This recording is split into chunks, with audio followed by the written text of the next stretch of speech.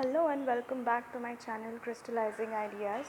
In today's video I am going to talk about the need and importance of curriculum in educational process. I am teaching the pedagogy of social science unit number 3. Now starting with the topic, इसमें बोला गया है कि guys जो curriculum है उसका need और importance क्या है एजुकेशनल प्रोसेस में. सो गाइस करिकुलम का मतलब तो हमें पता चल गया कि क्या होता है. In the last video I talked about the definition of curriculum by many different people. तो गाइस करिकुलम वही होता है जो जिसमें कुछ अच्छे अच्छे एक्सपीरियंस होते हैं, जो इम्पोर्टेंट लर्निंग एक्सपीरियंसेस होते हैं, जो एक बच्चे को पता चलती है, वो रिसीव करता है, एक्सपीरियंसेस गेन करता है, जो कि उसके प्रोग्राम में स्कूल में या स्कूल के बाहर उसके प्रोग्राम में इंक्लूडेड होता है. वो जो प्रोग्राम कर रहा है, जो कोर्स कर रहा है, उसमें इंक्लूडेड होता है, जो कि उसके intellectual, physical, emotional, social, spiritual, moral aspects जो है इन सब के डेवलपमेंट में हेल्प करती है.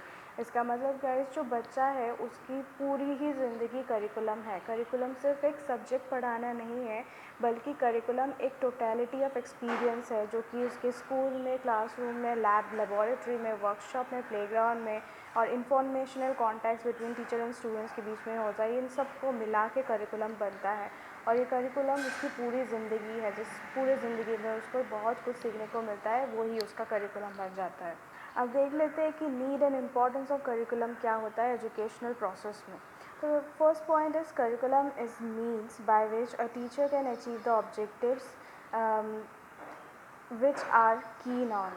तो करिकुलम एक मीन्स है जिसके मदद से जो टीचर है वो अपने ऑब्जेक्टिव्स तक पहुंच पाती है.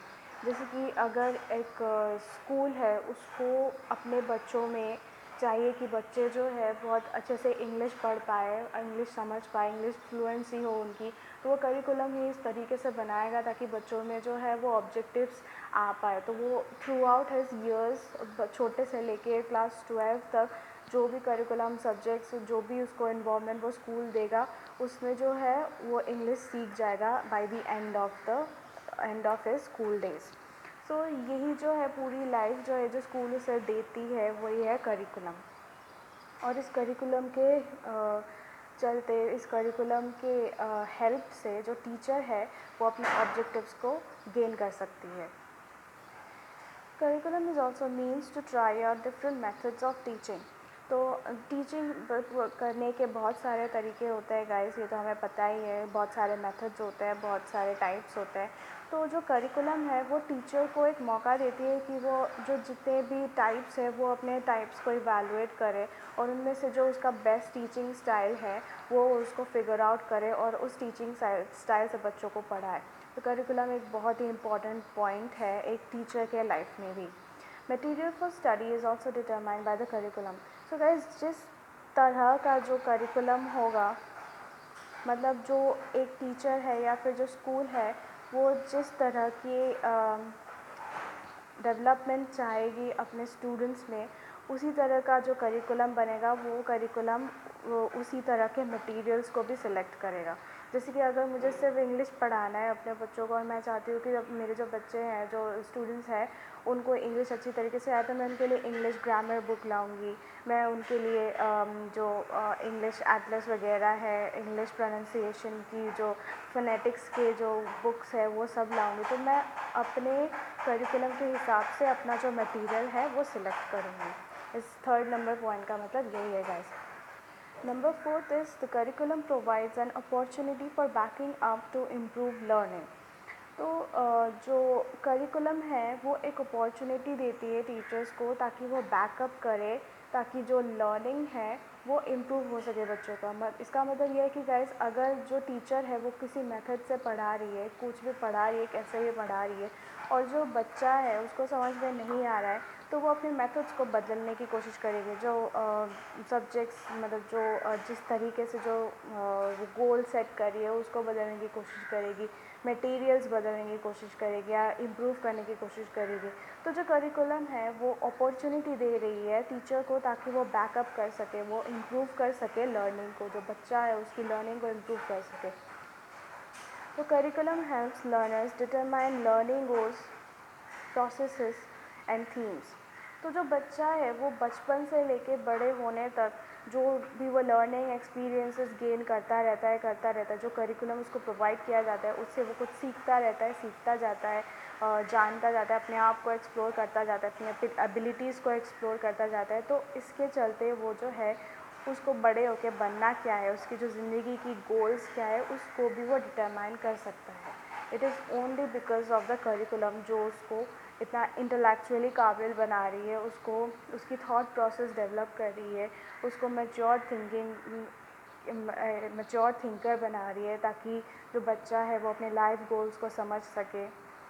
ये सिर्फ और सिर्फ एक करिकुलम की वजह से ही होता है। तो 6 पॉइंट है गाइस, ये है कि the curriculum also helps the learner to get a maximum representation of individual differences.